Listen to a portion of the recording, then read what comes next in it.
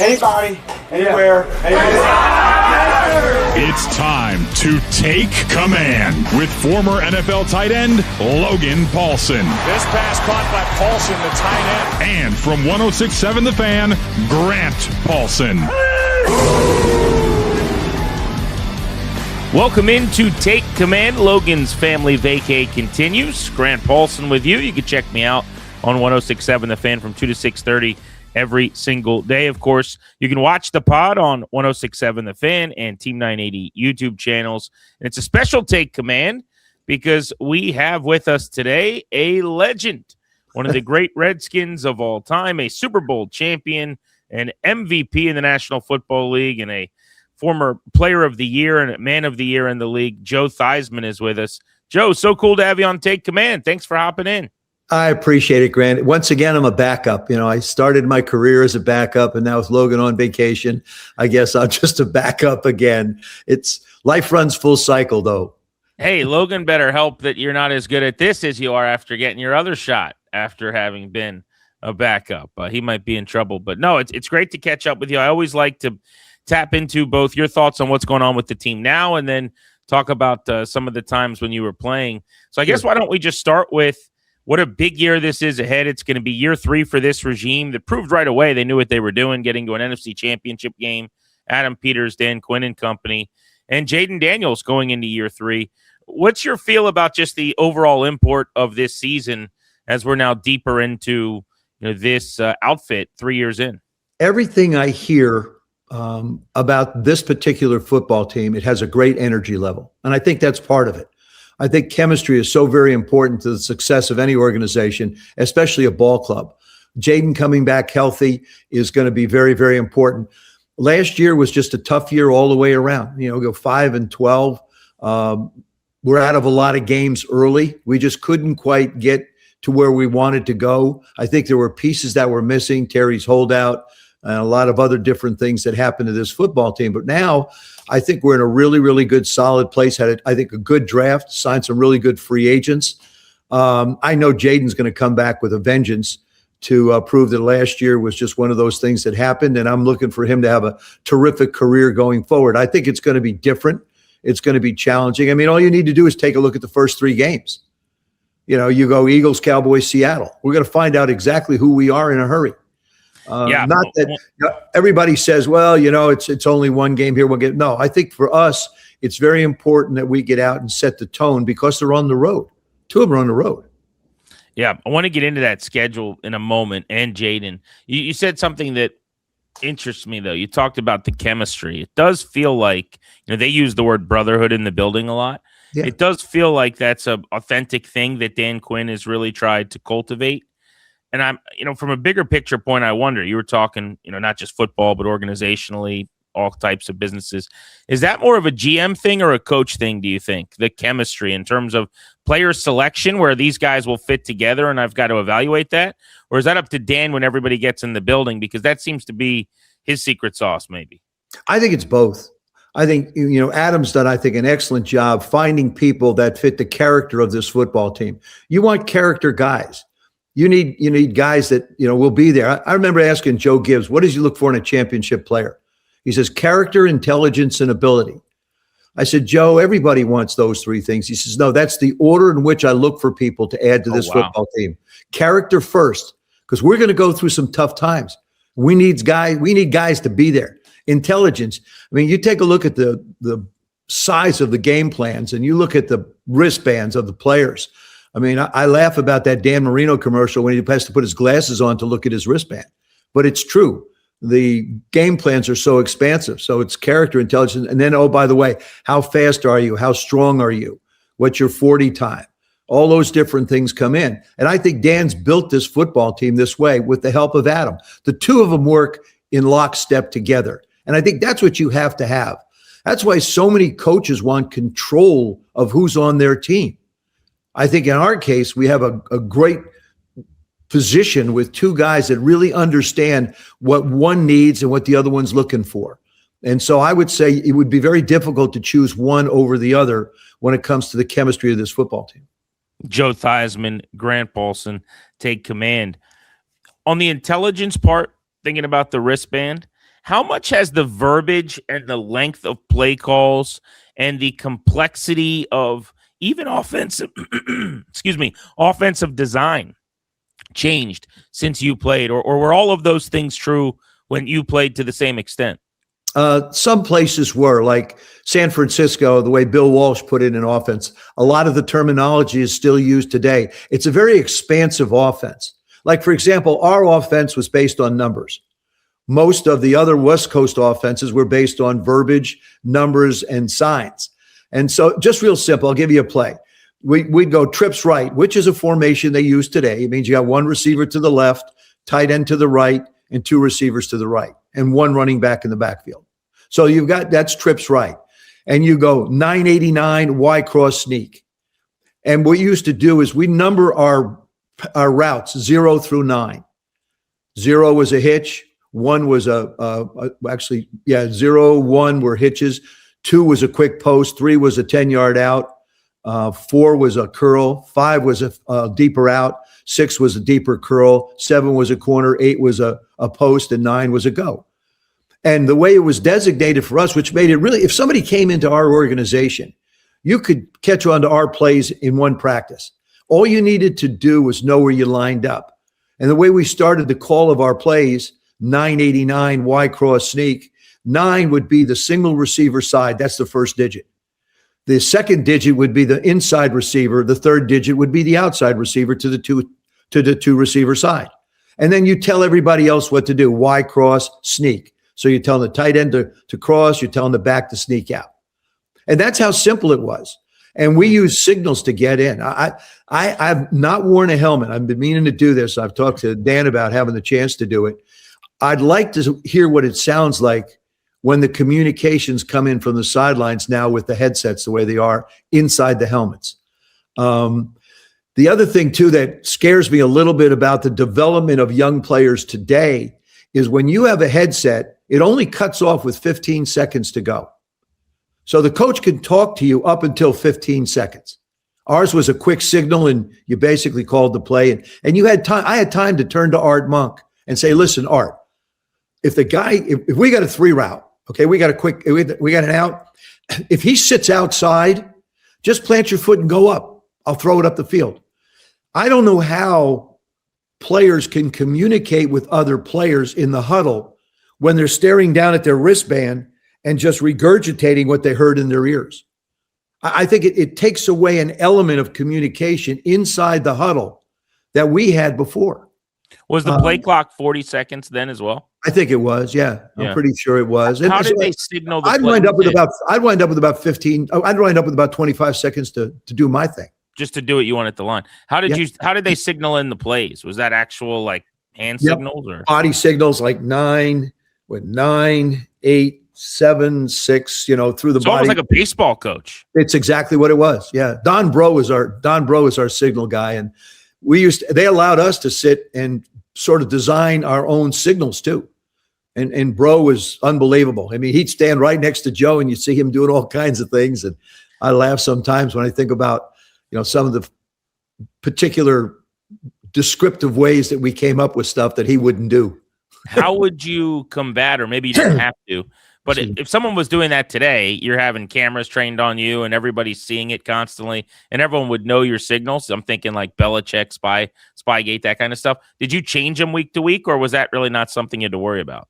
We added and deleted certain things. You go in with a foundation, say, okay, I'm going to give you 3 early signals, ignore them. Then they take the next ones. Or we'll get the first one. I mean, there's always ways to get around. See, if defensive coaches wanted to try and steal signals, all you need to do is throw one curve at them, GP, just one curve. And all of a sudden they're going to say, forget it. We're just going to run our defense. We're not going to try and figure out what they're doing. So all you need to do is throw one little monkey into the wrench there, monkey wrench in, and it's party over. Because now they guess wrong and they're going, this is hurting us more than it's helping us. We'd rather just not know. That makes a lot of sense. Joe Theismann filling in for Logan Paulsen. So back to this group this year, I want to talk about Jayden with you. I'm sure you spent some time. Everybody who knows him personally talks about his humility, the work habits, and what I get to see from farther away, and then even at the facility, his interactions with people. He just seems very much authentic and a worker. The stuff that, like, when you evaluate him from the outside, you're not on the inside of the building. You don't know. You don't get to sit down with him, talk to him, make sure this guy's going to be first in, last out. What have you made of him so far in those ways? He is exactly what he was when he set foot in that building.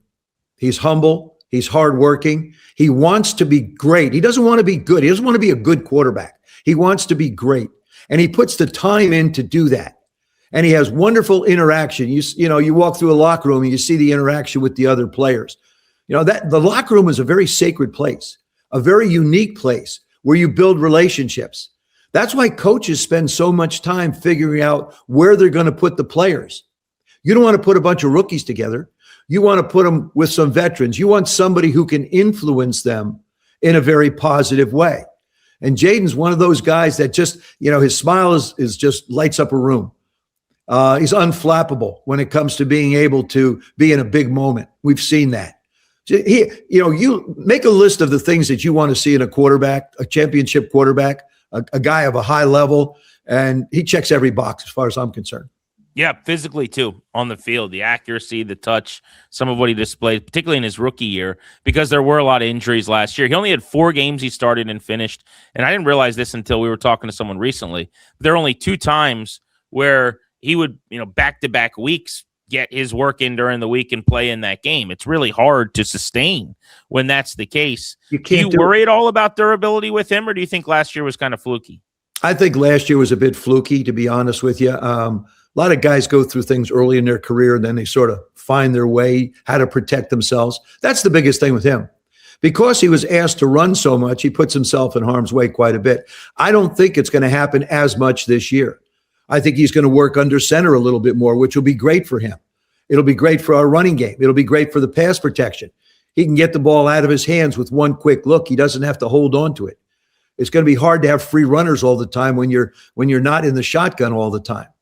I think David Blough's offense is really going to be good for Jayden Daniels. The other thing too, and remember, he didn't play the last month of the season, but he spent a lot of time with Coach Blough, spent a lot of time on another field working on what they were going to prepare to do this year in some way, shape, or form. I think whether Cliff was here or not, they were preparing him for a different style of offense, which I think will be extremely effective. Patrick Mahomes under center more. We see Jared Goff under center more.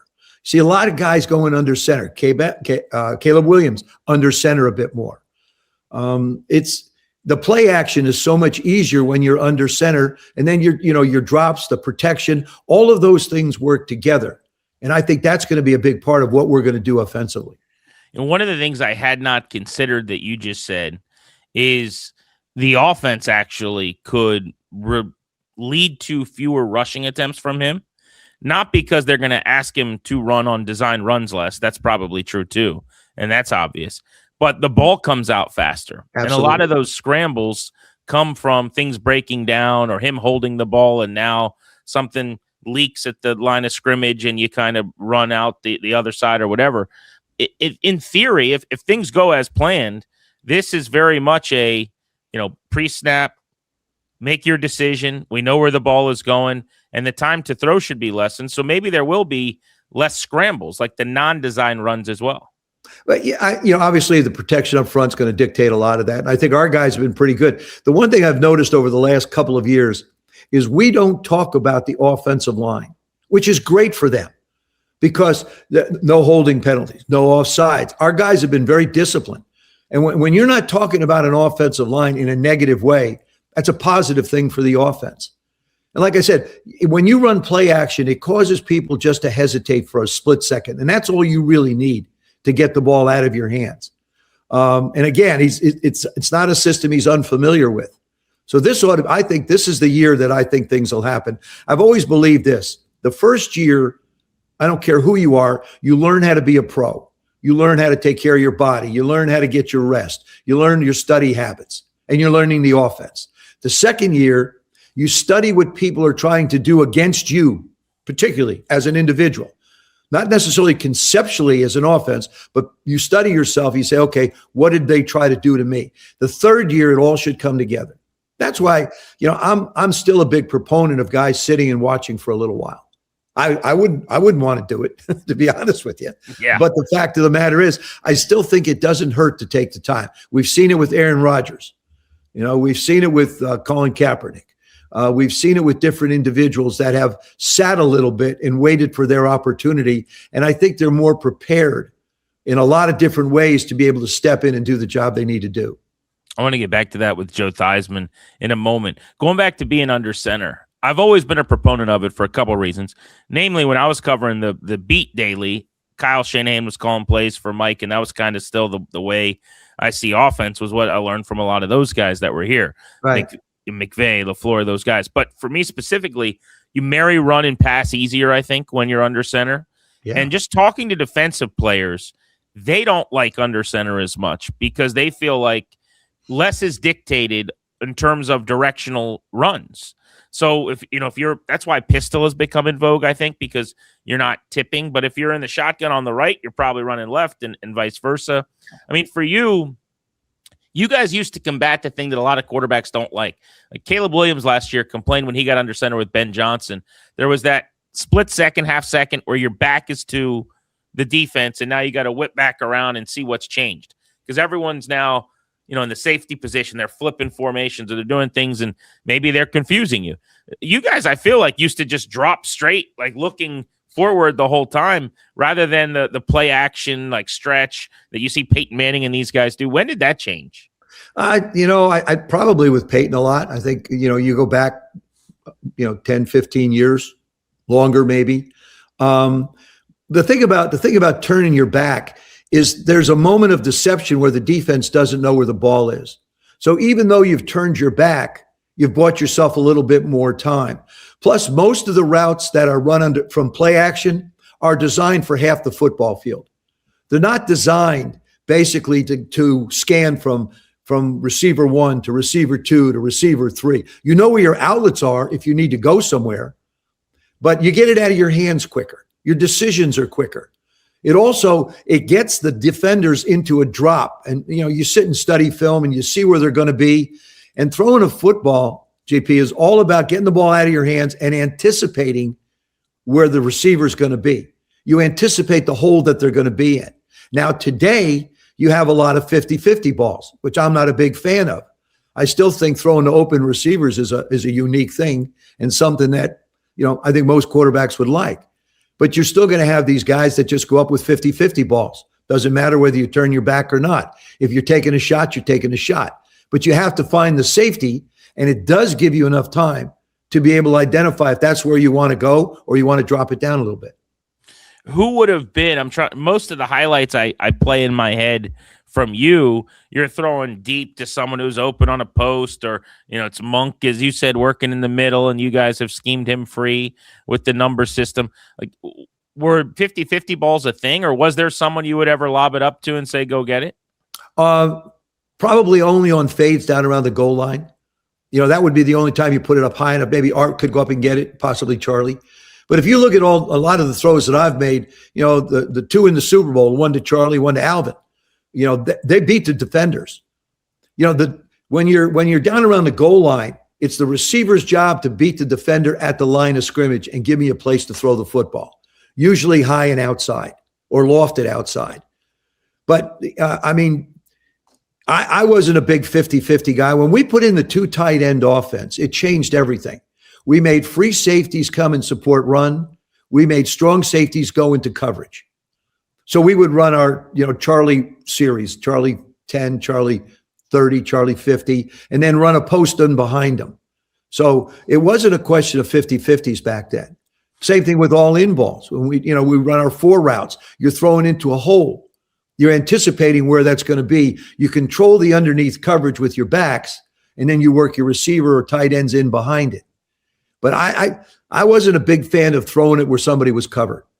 When you mentioned the 2 tight ends, how prevalent was that? Because now 12 personnel with the 2 tight ends, or even 13 with the 3, it's kind of in vogue. We saw the Rams go crazy heavy with 13 personnel last year. Was Walsh first to do that, or when did you guys mix that in, the two tight ends? That was Don Coryell, I believe. When Okay. Joe Gibbs was Coryell.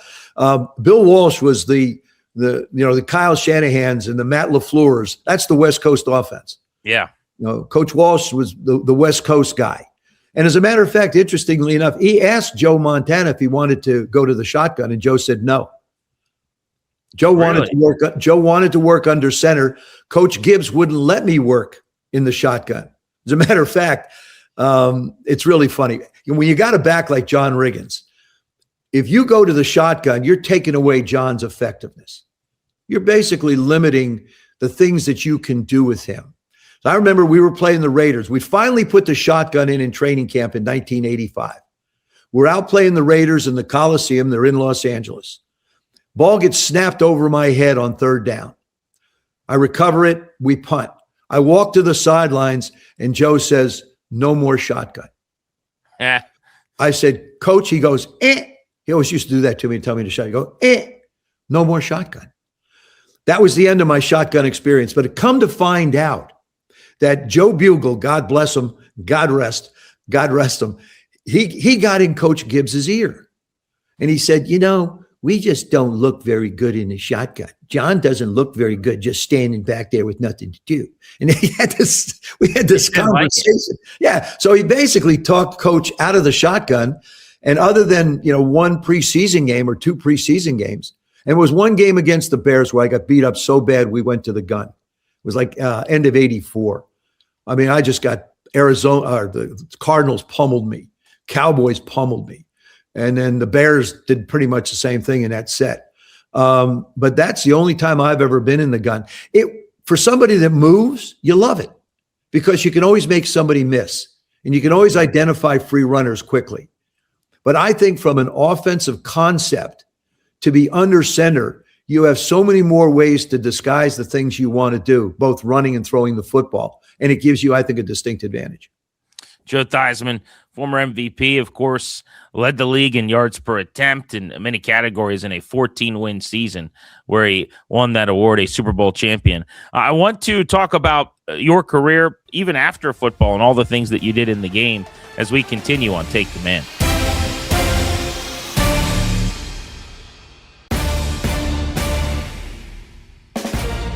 Logan's on vacation, hopefully having some fun, although he's a football robot, so he's probably miserable and ready to get back and just start grinding tape again. Grant Paulsen hanging out with Joe Theismann today. Very capable hands filling in for Logan. So, Joe, before we get into some of your other ventures and your post-playing career, David Blough as a first-time coordinator, what an undertaking this is going to be. I mean, he is making the leap from essentially like a quarterback coach for a few weeks. Remember, he was the assistant quarterbacks coach all of last year, and then Tavita Pritchard got that Stanford job. So he hasn't really been a pass game coordinator. He's never called plays. I love this hire because it feels like he is the next savant kind of in the building, and I like being a year too early rather than a year too late. But what a challenge this is going to be for him. What do you think he's going through as he builds an offense for the first time and puts together his own playbook? Well, I think what's interesting is it's basically like taking over construction of a building that's already starting to be built. You're not really, you could bring in everything of your own, but you don't have that much experience. But he's, being around Cliff, being in this offense a year ago, the terminology will stay the same. That's huge. People don't understand the challenges of communication. I talked about the length of plays, like I say, up in San Francisco and Green Bay and other places. You watch those two football teams, quarterbacks are snapping the ball with very few seconds left on the clock because the plays are so long to get out of your mouth and to try and call. And so I think it's an advantage that he was here last year. He had a chance to work with Jayden. He's comfortable. He'll put his own spin to it. But the verbiage, like I say, the terminology won't change. It's like learning an entirely new language. Well, nobody has to because he can keep the language that's there and just expand and add to it. And like I said, a big change will be being under center. How much they're going to do it, I don't know. But I think there'll be more than it was a year ago. And I think it's going to be a way to protect Jayden a little bit more too. But I know anybody that gets an opportunity like David had, you just got to, you immerse yourself in it. and you sit there and you communicate with you talk to the offensive line coach, you talk to you talk to defensive players. Guys that have gone from one side of the ball to the other have learned from either side and learned from people on either side. So I think it's a great opportunity for him, and I think it'll be a different kind of an offense, but with similar terminology. So my childhood, my earliest memories would be watching Sunday Night Football, and it was my favorite broadcast team at the time, and I still think one of the best of all time. Mike Patrick, Paul McGuire, and yourself. Those games were so fun. It was such a blast. And I would sit there, and my mom was like the biggest Joe Theismann fan on the planet, would just, every time you would talk, be like, oh, that's Joe Theismann, and she'd tell me all the stories, right? Were you interested all along in doing game calling as a color commentator, or did you kind of fall into that? How did that go, and what was that experience like? Well, interestingly enough, I done some television, WJLA, I did some TV. I would analyze the games a little bit. So I did a little bit of television during a newscast. So the 10 o'clock news, I'd come in, or 6 o'clock news, I'd come in a little bit. And then, of course, I did radio for 2 years. I was a disc jockey for 2 years on WPGC at that time. So I did morning drive for a couple of years. So I was familiar with the microphone and comfortable. But were you going in and out of songs on PGC? Oh, yeah. Oh, wow. Absolutely. Oh, okay. Absolutely. Yeah. It was fun. I created a character. It was a guy driving a car, and it was typical, highway traffic. All right. We're stopped, and God only knows why they've stopped us, construction of some sorts. And so I created these two characters, where the one guy was a construction worker and the other one was a driver who complained. And see, that's the thing about radio. And you know this better than anybody. You can paint a picture. People who were waking up this morning, if you said to them early in the morning, say you do the early morning show, it's really raining hard out. It could be a sunny, beautiful day. Right. But you could tell them it's raining like cats and dogs. Be sure and get your umbrella. They would go and get their umbrella before they ever opened the shades to see what was going on outside. That's funny. Yeah, you're right. You have that kind of power and influence. So what happened, 1985, we played in Super Bowl 17, played in Super Bowl 18. Like I said, I'd done different kinds of television, but never a broadcast. But I'd hoped. I was 35 years old. I wanted to play 3 or 4 more years. Didn't know if it would happen. At the age of 35, they really couldn't get you out of the game quick enough. But that's something I realized at a later point. So we lose to the Bears in 85. Rune Arlich calls me and he said, I'd like you to be a part of Super Bowl 19's telecast. Wow. I'm thinking, great, man. I get this. Am I a sideline reporter? Am I going to interview players? He says, no, you're going to replace O.J. Simpson in the booth with Frank and Dan. No way, right away. My first broadcast experience was Super Bowl 19 with Frank Gifford and Don Meredith. And it really wet my whistle to be a broadcaster, something I really, really wanted to do after the game. As a matter of fact, there's only 2 active players. Remember, I was still an active player. There's only 2 of us that actually played and broadcast championship games. Jack Kemp was the other one. Yeah, so that would never happen now. That's amazing. So that's your first game you ever did. Right after you lost in the playoffs. I think I did a college game, but I think I did a college game maybe for somebody, but that was it. That's the one that's wet my whistle to want to get into broadcasting. And then I spent 2 years at CBS. And of course, the great John Madden was there, and there was no way anybody was going to get that chair. And then ESPN came to me and said, it's funny. I ran into Mike Patrick because, see, I did ACC basketball too with Mike. So I had a little bit of broadcasting background after that. And so I ran into Mike one day and I said, wouldn't it be great if we could work together? Lo and behold, ESPN hires me, I think in 88. And then I had a 17-year career there and spent a little time at the NFL Network and loved every minute. I did 23 years in the booth. What'd you like most about that experience? Would you guys go to the practice on like Friday in a town, or how did that work generally then? We'd go in Friday, spend the Friday with the home team. Saturday, the visitors come in. And I'd spend 60 hours a week in preparation. I'd build my own spotting board. Basically on a spotting board, you've got offense and defense on one side of different teams and offense and defense on the other side. And you've got height, weights, where they went to school, any information you read about them, and then any information you could get while you sat down in your production meetings with them. But I loved the study because it reminded me of when I played. So that was one of the reasons. And I love being in the stadium, and I love being at the practice facilities. And I've still, I have a favorite saying, GP. It's if the day you stop learning is the day you stop living. And it just gave me a chance to continue to learn more and more and more about the game. I'm that way today. I'm curious what's going to happen in Minnesota with Kyler Murray. I'm curious to see if the Bears had an exact same season we did 2 years ago, where they wound up winning games at the end, just barely. What's their season going to look like? What's happening in Arizona? What's happening in Cleveland? What's happening in Atlanta? There's so many great storylines that I get a kick out of following. What's happening with our football team? I think we've done a terrific job adding players. I think the additions to this football team have really made us a better football team. I think we're younger, we're faster. And like I say, I think it's created a chemistry where guys really enjoy being around one another. Call it a brotherhood if you'd like. Yeah. But that's how I wound up in broadcasting. Well, I as someone who didn't play, and I think it's the closest thing maybe to being a part of that game day experience that we can get as broadcasters. I don't know how you would feel as a former player, but it's my favorite thing to do is play-by-play. And that's always been my dream, to call Redskins games, now Commanders games, or, Nationals games. And I've gotten to do some, high school and college, and it's still the dream. The dream's still alive. Yeah. I'm in radio and I love it. It's a blessing.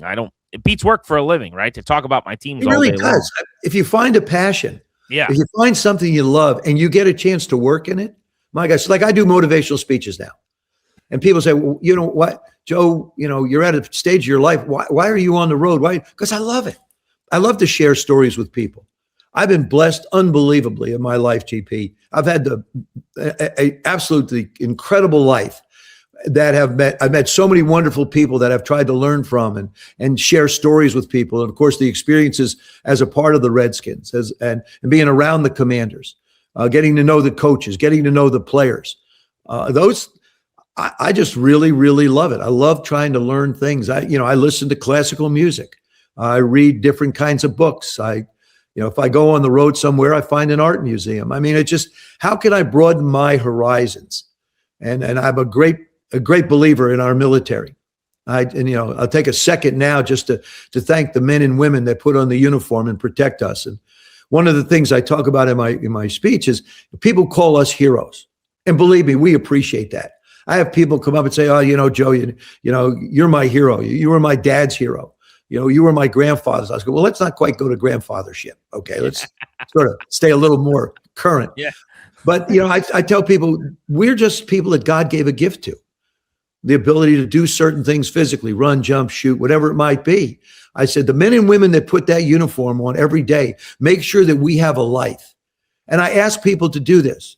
Police officers, first responders, firemen, those in our military. You see somebody in uniform, it doesn't take much just to say thank you. Because without them, we don't have the life we have. And that's just what I believe.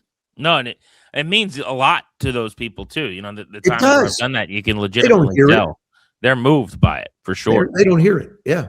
But social media has changed a lot of things now, Joe, I think, in terms of, I always say, I think the hardest job in sports maybe, and this comes from doing all the play-by-play and working with color commentators, is the analyst, because everyone's got an opinion on every word they say, and you're trying to get in between plays and make a good point, but it's got to be succinct, and now everyone's got takes, and generally it's former quarterbacks that are already polarizing. Tony Romo, Tom Brady, whoever it is at this juncture.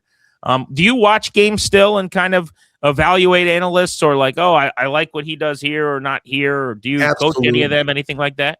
Absolutely. I say, well, why did he miss that? Why didn't he say that? Why didn't he give you that shot? We had such a great working unit. Freddie Godelli and John Wildhack were the two producers I work with. And I had great directors. And then the communication with a 3-person booth is very unique to balance. because you've got, Paul had to have his say. And funny thing about Paul, we used to sit in production meetings. Paulie was, a great punter in Buffalo, and he'd tell stories. He's got stories, more stories than anybody I've ever heard. Laugh like crazy. And so we would sit in production meetings, and I would be taking notes, and Paul wouldn't take a note. Not one. So I asked him one day, I said, Paul, we're in this meeting. Don't you take any notes to talk about the guys? He said, he'd go, Joseph. He'd say, he would say to me, how can you hear what people are saying when you're writing? And I said, actually you can, okay, but I'm not going to argue with you.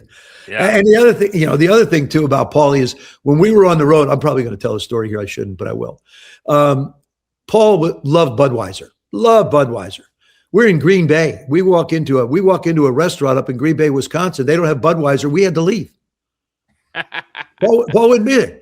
And then what he did is he would clean out the entire refrigerator in his room and have Budweiser take all the bottles out and everything. And that was what Paulie loved to do. That's funny. And Mike was the mortar that held us all together. And we lost Michael a couple years ago, and God bless him, man. It was such a treat. And what you do is you learn the pacing. And you're right. You have to speak very succinctly. When I first got in broadcasting, I was too expansive with my explanations. You have to say something in a very concise manner that's impactful. Now, certain players or certain announcers like to make every play like it's the most important play of the game. It ain't happening, okay? It's not going to happen. But when that moment comes up, like Chris Carter's when he broke the 1,000 catches, I mean, that's a moment. Yeah. So those are the kind of things that you get excited about. And your voice dictates all that. What's your voice like? Can you project your voice? Or can you make it soft enough so that people are listening and then all of a sudden you get their attention? There's a real technique to it. And a lot of guys go to school. Some guys teach it as far as being in a booth goes. But I think there's, and I think in Tom's case, it's a little bit, I think it's tough for him with the restrictions that the league places on him as an owner of the Raiders. Yeah. So much information is gotten at a practice facility. So much information is gotten at practice. So much information is gotten talking to coaches and players. But I believe he's under a restriction that he can't do that. He is. Yeah, he's a minority owner, and he essentially runs the Raiders, honestly. So I don't think he should be allowed to do it, but it's also a weird conflict of interest that he's allowed to call games. So it feels like if he's calling games, you got to let him do the homework to call the games. But you're right. I mean, that's where you just talked about the 60 hours of prep and the meetings Fridays and Saturdays. How are you supposed to call the game if you can't do all the work? First of all, it gives you an idea of how smart he is and how much he knows about the game. And that's really what he has to rely on. He has to rely on his experiences, and he has to rely on maybe things that he's read. But I found the most valuable part of preparing was to be sitting down with players, sitting down with coaches, watching practice, being at a facility. That's the other thing too, is as I traveled around to different places, and I think this happens in the WNBA and the NBA, Major League Baseball, football, soccer, it doesn't matter. When you walk through somebody's locker room, you can tell whether they have a chance to win or not. Just by the feeling in that room, the chemistry, where are the players? What's the conversation like? You have these big ears, which I have anyway, but you want to hear the conversation. What are the players talking about? Are they having fun with one another? Those are things that are all very telling when it comes to analyzing a football team. Well, I'm glad you chatted about the broadcasting side with me. We've never talked much about that, but the play-by-play nerd in me loves diving into the specifics behind the scenes, but also I think there's a generation of fans like me. One other thing, too, is you were their guy in the booth. Logan does a fantastic job. He does. He's awesome. I think, to me, Logan is one of the best young broadcasters anywhere. His analysis, his presentation, the way he looks at things. I think he looks at things as a fan, but then can explain it in a very simplistic way so that anybody can understand it. And you don't want to dumb it down like you're talking to the one person that doesn't know anything about it. He has a great balance in all he does. And I continue to tell him that. I think he's really special in what he does. Totally agree. Yeah. And I love you on the air, by the way. Just an FYI. What's that? Love you on the air. Just an FYI. Well, I appreciate you. He was like that as a player, Joe. When I would go to him to have things explained, he was on the team and I was covering it, and he would, I'd say, "What is this?" But the way he could break things down, he and I did Defenders games together. Yep. In the then XFL, and we would go to practices, and he's telling me about the formation, and this guy's gonna. But you could just tell some people have the ability. First off, he's brilliant. And, you can see everything happening and then explain it very quickly in a way that's understandable to someone like me. But as you said, not overly dumbing it down. It really is. It's a skill. But, no, it's nerdy. And hopefully our audience enjoys it as much as I do. But, like I said, that's always kind of been my passion. I'm very lucky to have the gig that I do. But I'll say as an opinion giver in radio, which is what I do, there's a toxicity, as you know, to talk radio sometimes. And there's a negativity with it. But being in the booth and calling a game, there's nothing better. But you guys, that group you had, that trio at ESPN for all those years, I think people are still trying to recreate that and chase that. And people my age will remember just how good you were. And the voices as well, very distinct, great voices. Mike Patrick's pipes, I'd put that on the Pantheon. I know. So good. So he was really trip down memory lane there. I wanted to talk to you about the possibility of adding a wide receiver before we get out of here on Take Command.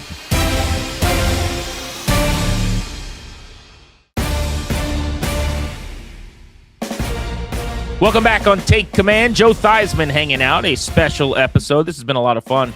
Joe, a few things to hit before I let you go, and I appreciate your time. You've been very gracious. First, the possibility of adding a receiver is still looming, and it would appear that the most likely receiver is Brandon Aiyuk. We talked a lot about character. We talked a lot about brotherhood. He is now in this kind of area where he's posting a video a day, and he's calling his whole team names. Can guys change their stripes? Is Aiyuk someone that you'd be interested in bringing in here if he could help? This is a guy who's very close with Jayden Daniels. I understand that, and I don't think that means anything. Just because you're close to somebody on a team, how do you fit into the team? How do you fit into the team chemistry? How do you fit into the concepts that they want to run? We drafted a wide receiver with the third round. So, they've got young guys. We've got some people, Diami, you've got Terry, you've got players that are there. I wouldn't be surprised if they add someone. I'm not sure whether they would add Brandon or not. That's something that Adam and Dan and the entire staff are going to decide as far as when they sit with that young man. If he gets a sit-down time with them. What's his goals? What is he looking for? I think if I could be, didn't he walk away from like $30 million with the 49ers? Yeah, he left $40 million on the table. He signed a massive extension and then it didn't show up to rehab. And left $40 million on the table. I just, it makes me wonder a little bit. When somebody does that, $40 million is a lot of money just to show up to rehab. So, but anyway, I don't know the young man. Like I said, the coaches would sit down with him and they would understand him more. Adam came out of San Francisco. So I'm sure he, has much more knowledge than I would about it. But it's just that one thing that I think about and I think, wow, I don't know how many people would do that. And for whatever reason, whatever the motivation was, he made a decision in that regard. So he's a heck of a football player, I'll tell you that. Yeah, he was a really good receiver at one point in time. The complication is he hasn't played in a year and a half. And in fact, he hasn't really been himself in going back like 3 seasons because the half of this year after his extension before he tore his ACL and a lot of the L's in the knee, he struggled a little bit. So it's been a little while since we've seen him be Brandon Aiyuk, which I think further complicates it. If they need a veteran, Stefon Diggs has talked about both being interested and available. I guess that's the question is how badly do they need a wide receiver? You mentioned Antonio Williams picked at 71. Luke McCaffrey is trying to prove that he could be a guy. Jalen Lane was drafted last year in the 4th round.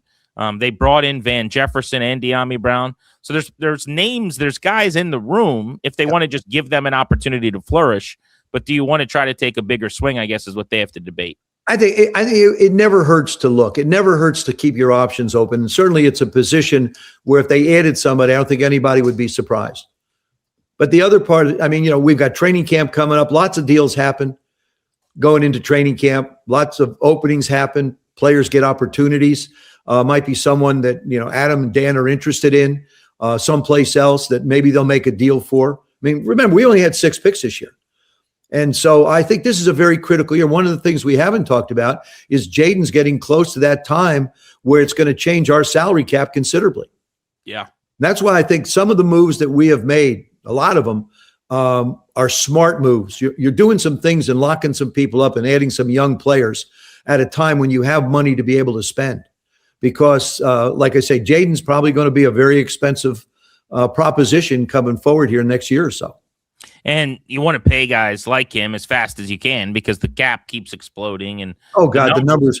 I mean, Patrick's new deal, 2-year extension, was he averaging $65 million a year?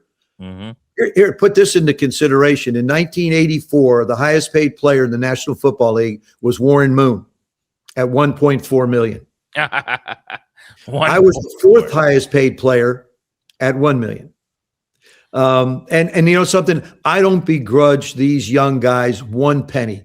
Good for them. Go get it. Get everything you can possibly get. And I say this to anybody in any job they have.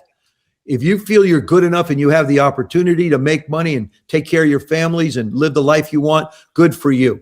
I'm not one of these guys that sits there and goes, "Whoa, it was me." Well, it was different. It was very different for us. Heck, we had 14 regular season games, GP, and we had 6 preseason games. We actually had a training camp. That's crazy. How many did you play in all 6? Played in 5 of them. Really? Yeah, I played in 5. And this was, of course, back in the 70s when I wasn't playing much. Actually, I played in all 6 because there were Billy and Sonny were there for a while. Then I would probably play, maybe a series in one or quarter in another. But that's how our guys got in shape. The older guys, the old Redskin guys, there wasn't an off-season training camp. Heck, our weight room consisted of a universal gym at Redskin Park. That was if anybody wants to look up a universal gym, it's got about 5 stations on it. And it takes up about 6 square feet. So those games were. I got one in my garage. Matter of fact, I have the original one in my garage from the Redskins when they upgraded their weight room. I still have the universal gym in my garage where I work out. That's wild. And so those 6 games were pertinent. I mean, without them, guys just couldn't get ready. Well, here's the thing, and I understand the league. The guys don't want to practice; they don't want to, get hurt and all that kind of stuff. But how do you get ready to hit people over a 60-minute period when, first of all, none of the starters play in the preseason? You only have 3 preseason games. How are you going to evaluate someone if you draft a rookie high? You don't want him out there. So, basically you're basing everything off of a, college career.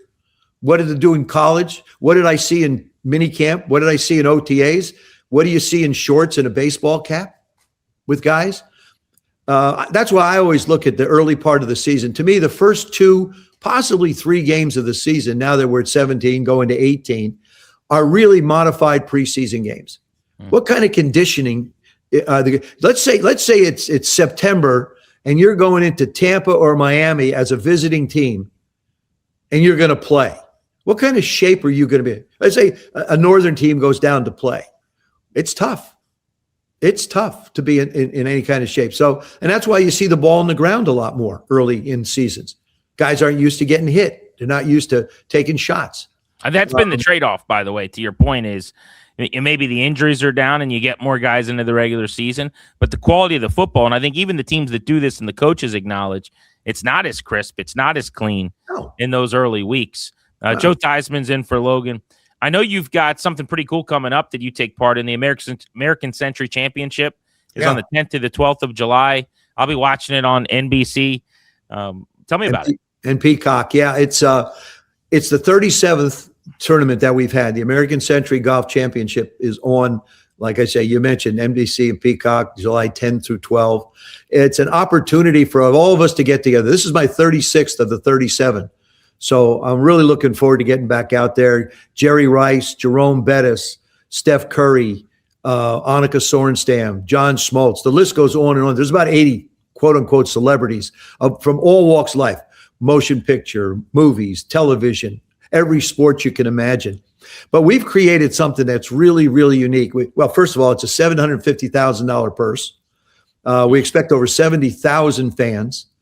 American Century is an incredible company. They donate 40% of their dividends to the Stour Institute in Kansas City for research on cancer and diseases. I mean, what an incredible company. But we've created what it boils down to is the American Century Championship Fantasy Golf Competition. It's a contest. What you do is the field is broken down into five groups. You get to select one player from each group.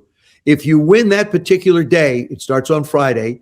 You can change every day. If you win on that particular group, then you get two free tickets to next year's tournament.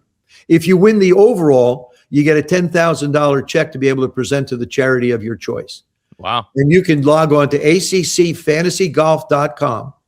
And I think through Instagram, Facebook, you can check it out in different areas. But yeah, it's really exciting. It's fun. I am now currently worked myself down to group 4, but I'm striving to try to get back to group 3. But it's like I say, it's an incredibly wonderful experience. And, I've been blessed to be able to be a part of this tournament for so many years. I'll never forget one of my most memorable moments is I played on Sunday with Mark McGuire and Michael Jordan. I was part of that threesome. Wow. It's just and the vistas in Lake Tahoe are absolutely magnificent. Thursday night we have a karaoke night where different people perform. And last year Rich Eisen got up and sang "New York, New York." You can check it out if you want, but it's just like I say, it's an incredible experience. The Miz is there.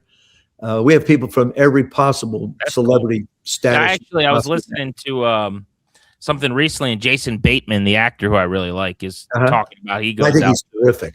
Yeah. Oh, he's so good. And now he's a director, and he's crushed it with the Ozark and a couple of his shows and movies. But he'll be out there. I know he said there's many actors that go out as well.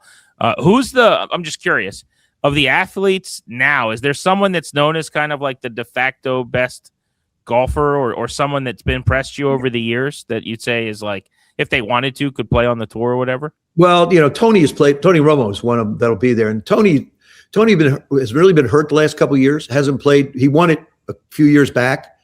He's one that's very, very, I think he's very special. John Smoltz, John's probably going to be up to. Vinny Del Negro has won it too. Steph's won it. 2024, Steph had a hole in one. Tim Brown had one last year. Steph won, and then he made an eagle on 18 to win the tournament. Oh, Marty Fish is a heck of a golfer, the tennis player. But Tim Brown, like I say, had a hole in one. Jerome, Jerry, just a lot of guys that you've seen over the years. Some of us have been there over 30 years. Jack Wagner's, this is his 37th. And Jim McMahon as well.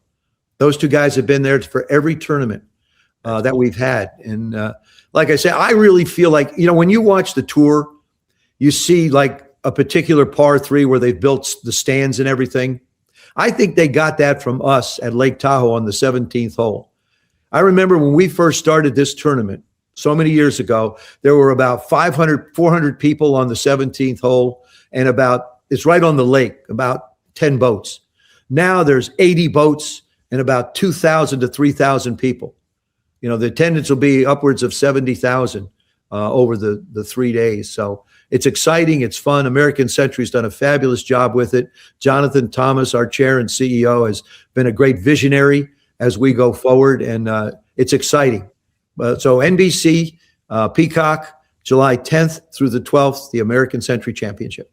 Very cool. Well, Joe, I will let you go, as I always do when I have you on the radio as well. I always tell you, Theismann's in Alexandria, baby. One of my favorite restaurants. You guys crush it over there. It's one of those places my wife and I will go like once every few months or something, and we'll go, why the heck is this not a regular go-to? I agree with you. I'm asking you that same question now. Got to be more regular getting there. Come on. I know. It's great. Now, we have 4 kids under 7, so there's no regular spots anymore. Bring them. We should. We absolutely should. Biggest bar in Alexandria. It's fantastic. If people have not been, it's right off of, not far from King Street, Duke Street down there. And in Old Town, but it's a Niagara beautiful Road, restaurant. Yep, Really, right behind really the Masonic Temple. Yeah, you guys crush it. So you are always busy. I know you got a lot going on, but thanks for a few minutes today. It's good catching up. Great being with you. Thanks, Grant.